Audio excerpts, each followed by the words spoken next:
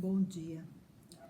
Eu vou fazer alguns vídeos para aqueles que não podem enxergar com os olhos físicos. E eu vou começar por este livro da Joana, pelo Espírito Joana de Ângeles, que se chama Autodescobrimento, uma busca interior. O prefácio.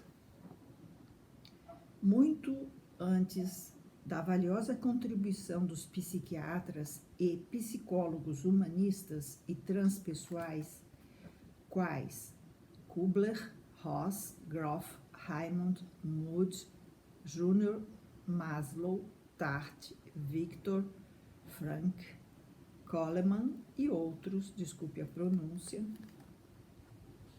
que colocaram a alma como base dos fenômenos humanos, a psicologia espírita demonstrou que, sem uma visão espiritual da existência física, a própria vida permaneceria sem sentido ou significado.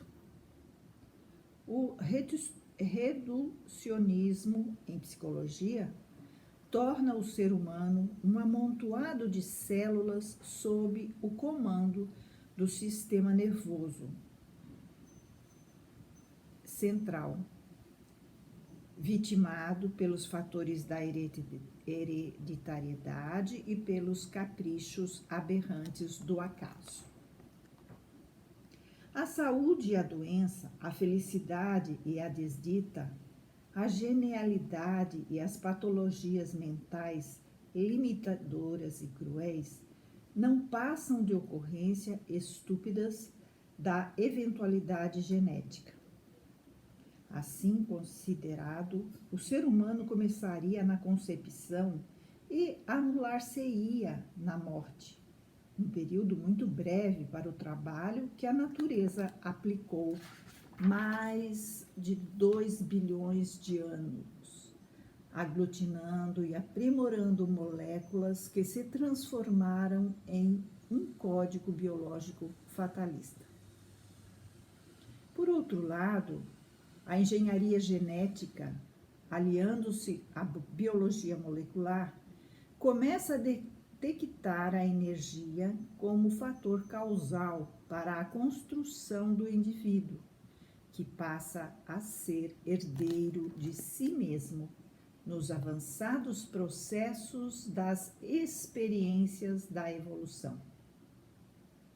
Os conceitos materialistas, desse modo, aferrados ao mecanismo fatalista, cedem lugar a uma concepção espiritualista para a criatura humana, libertando-a das paixões animais e dos atavismos que ainda lhes são predominantes.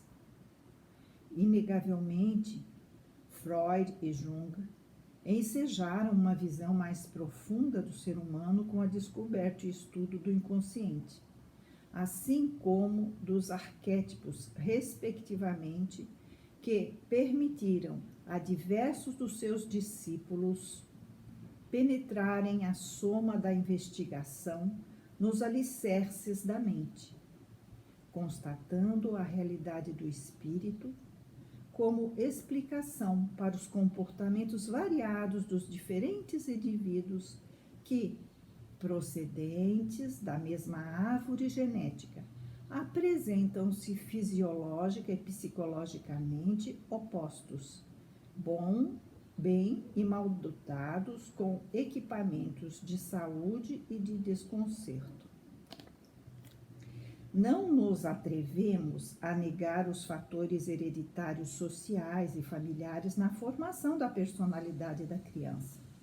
No entanto, adimos que eles decorrem de necessidade da evolução que impõe a reencarnação no lugar adequado entre aqueles que propiciam os recursos compatíveis para o trabalho de autoiluminação de crescimento interior. O lar exerce, sem qualquer dúvida, como ocorre com o ambiente social, significativa influência no ser, cujos ônus serão o equilíbrio ou a desordem moral, a harmonia física ou psíquica correspondente ao estágio evolutivo no qual se encontram.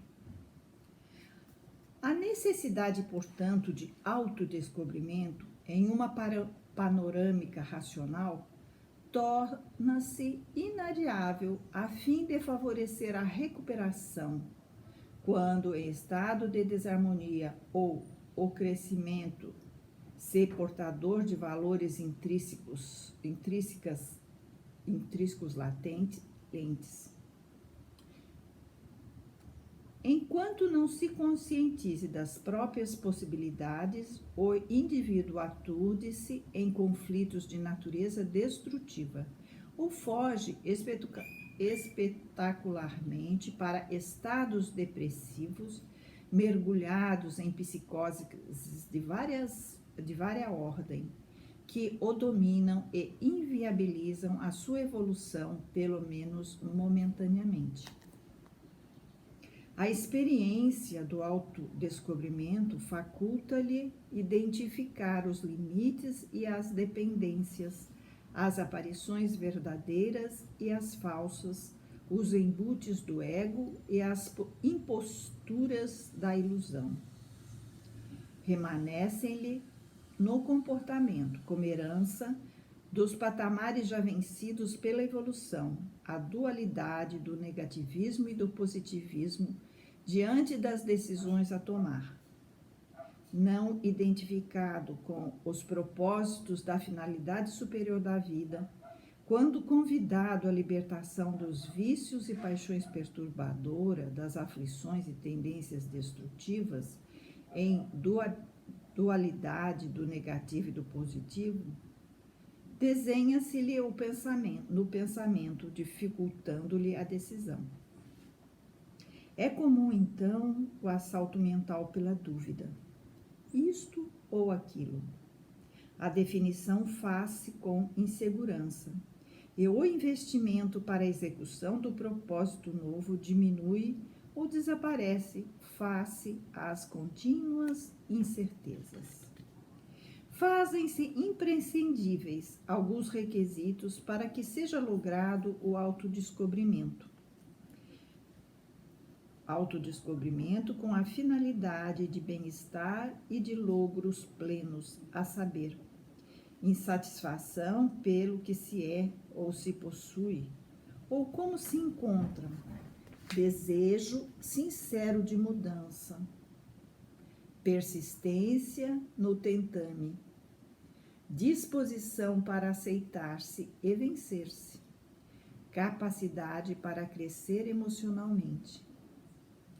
Porque se desconhece, vitimado por heranças ancestrais de outras reencarnações, de castrações domésticas, de fobias que prevalecem da infância, pela falta de amadurecimento psicológico e outros, o indivíduo permanece fragilizado, suscetível aos estímulos negativos por falta da autoestima, do autorrespeito, dominado pelos complexos de inferioridade e pela timidez, refugiando-se na insegurança e padecendo aflições perfeitamente superáveis, que lhe cumpre ultrapassar mediante o cuidadoso programa de discernimento dos objetivos da vida e pelo empenho em vivenciá-lo.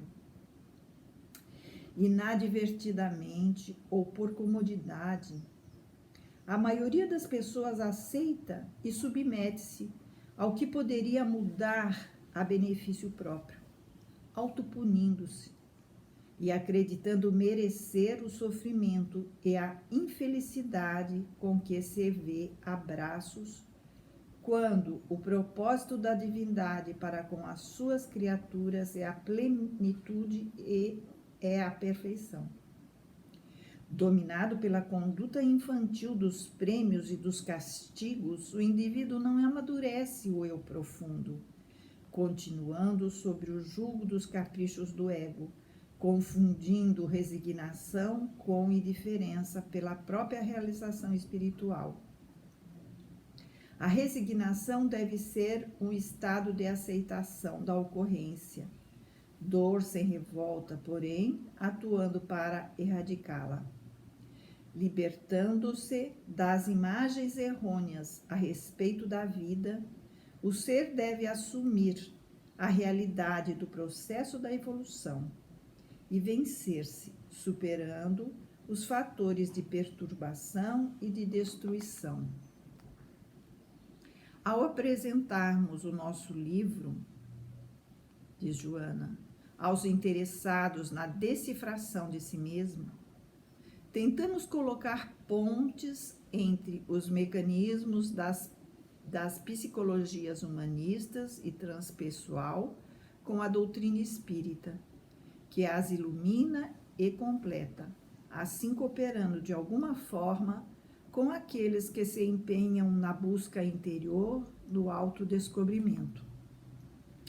Não nos facultamos a ilusão de considerar o nosso trabalho mais do que um simples ensaio sobre o assunto, com elenco amplo de temas coligidos no pensamento, dos méritos estudiosos da alma e com a nossa contribuição pessoal.